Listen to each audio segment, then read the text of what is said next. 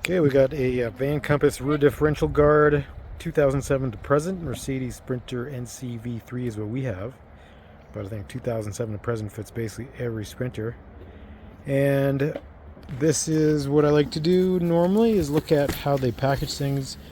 Just like the shocks we got, really high quality packing jobs, so you know what, everything's gonna get nicely protected.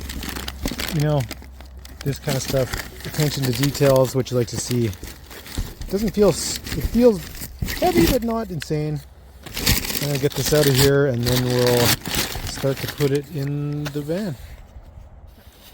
So this is the skid plate. There was a lot of plastic, an impressive amount. You get the picture. This thing is nicely powder coated, very heavy duty, and they give you the 3 bolts to put it on. Seems pretty cool. See how it goes on.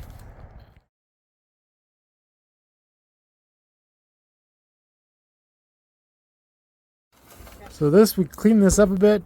We've got the bolts on the axle here, and then it goes, the big one goes in the front, just in front of the rectangular outcropping, and there's a front flange. You can kind of see it. It makes sense where it goes there with the little bit of indent that's there, and you probably have a little bit of play.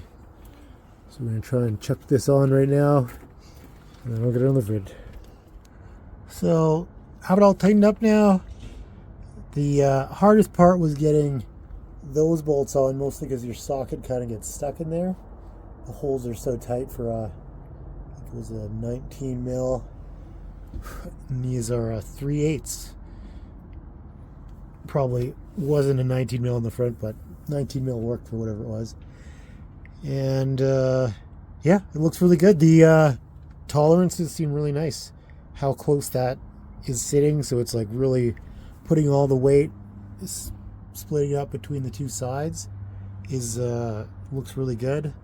Same thing with underneath there, is you know, the weight is being placed on what looks like burly places, and it's not putting the weight on the underside of the differential cover, which is what, if that cracks or if it gets pushed and you lose all your fluid, then you are going to be in for some major issues trying to get out of wherever you are. As indicated by a video that spurred us to get this, which was Trail Recon.